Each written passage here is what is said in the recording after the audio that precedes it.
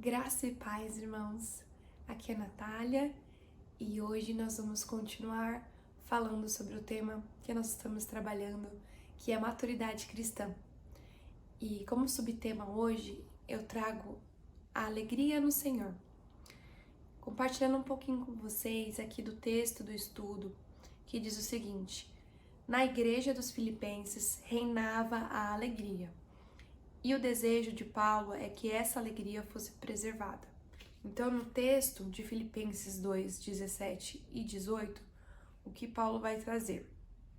Contudo, mesmo que eu seja derramado como oferta de bebida sobre o sacrifício e sobre o serviço que provém da fé que vocês têm, estou alegre e me regozijo com todos vocês. Estejam vocês também alegres e regozijem-se comigo. Aqui, Paulo afirma que a maturidade cristã produz alegria. Ela é capaz de transformar até mesmo o sacrifício do crente em favor da obra de Deus em motivo de alegria. É o prazer de se entregar a Deus como uma oferta sobre o altar. E essa alegria se alimenta de uma fonte que não pode ser estancada por adversidades e pelo inimigo de Cristo. A linguagem cultual empregada pelo autor em nossa passagem indica que, no seu entender, o verdadeiro culto do cristão se realiza na vida e no testemunho, não em templos e lugares de sacrifício. E tal culto, como deixa claro, resulta em alegria, que ele compartilha com os irmãos. O que esse verso nos ensina? Ele nos ensina que o sacrifício, a renúncia por amor ao Senhor, vale a pena. Um cristão maduro, ele entende que os sacrifícios fazem parte da jornada.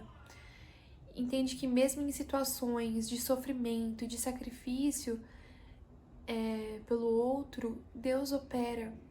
E a gente pode encontrar alegria nessas situações. Ele transforma a tristeza, o pranto, em dança, em alegria. Deus tem muitas promessas para nossas vidas e na palavra dele a gente pode encontrar inúmeras vezes ele falando sobre alegria no Senhor. E eu quero animá-los nesse momento e dizer que mesmo que vocês estejam em alguma situação de dificuldade, Deus é com você e Ele tem uma porção de alegria para você. Que nós possamos nos lembrar sempre daquilo que traz esperança para o nosso coração. Que não murmuremos e que não fiquemos parados em estações de tristeza e que não fiquemos envolvidos nisso, nos nossos problemas, mas que a gente possa se lembrar da alegria que o Senhor tem para a nossa vida. E que vale a pena, e que tudo isso que a gente está vivendo, que mesmo que seja difícil, vai gerar frutos.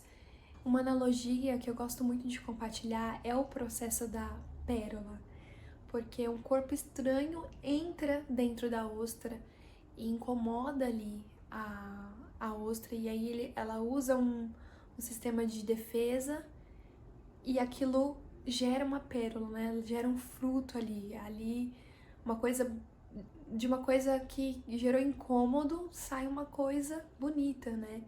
E eu gosto de aplicar isso na minha vida e eu sempre dou o exemplo que mesmo nesse processo a gente é lapidado, nesse processo a gente pode crescer muito e amadurecer como cristão. A maturidade cristã, ela vem também desse lugar de desafio, de dificuldade, né? Para um lugar que depois nós veremos.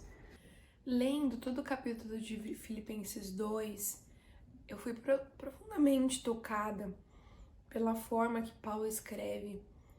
E os versos me lembram e me ensinam a ter uma mentalidade diferente, a não murmurar.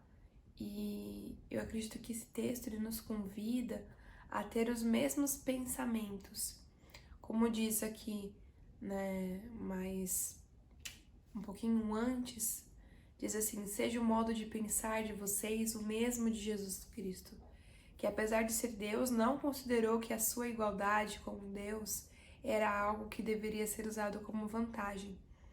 Antes, esvaziou-se a si mesmo, assumindo a forma de servo, tornando-se semelhante aos homens. Tá lá em Filipenses 2, 5, 7. E aqui eu compartilho com vocês um pequeno testemunho que eu me lembrei enquanto eu estudava, enquanto eu orava sobre esse estudo, que é sobre alegria no Senhor mesmo. Eu vivia numa casa com muitas brigas, que era muito difícil, e eu lembro-me de buscar muito ao Senhor nesses momentos de dificuldades. E mesmo em momentos de tanta até tristeza do meu coração, eu buscava o Senhor, eu me conectava com Deus e Ele me trazia alegria de servi-lo, de continuar ali crendo que eu tinha motivos de se alegrar. E era muito bonito, assim, de ver que toda aquela tristeza era transformada em alegria. E na comunhão também com outros irmãos, eu podia sentir, né, o próprio Deus, assim, me abençoando. E eu acredito que é isso que é servir o Senhor, né? É sempre ter um motivo de alegria, é sempre ter um motivo de crer. E eu convido vocês a ter essa mentalidade, né? Que nós possamos ter os pensamentos parecidos com Deus, que nós possamos buscar ser cada vez mais parecidos com Ele e crer que existem coisas muito maiores para nós como cristãos. E eu convido você a orar comigo sobre esse tema e a buscar ser edificado no Senhor e amadurecer nesse sentido, em nome de Jesus. Senhor, eu quero aqui orar com os meus irmãos, crendo, Pai, que o Senhor cuida de cada um. Sei que o Senhor tem coisas maiores para nós, Pai, e que vale a pena servir ao Senhor. Vale a pena cada ato que fizermos, cada oferta lançada no altar, Senhor.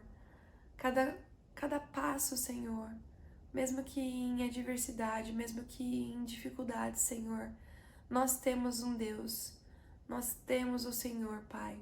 Nós queremos te pedir, Senhor, que o Senhor possa nos dar sabedoria para continuar, Pai.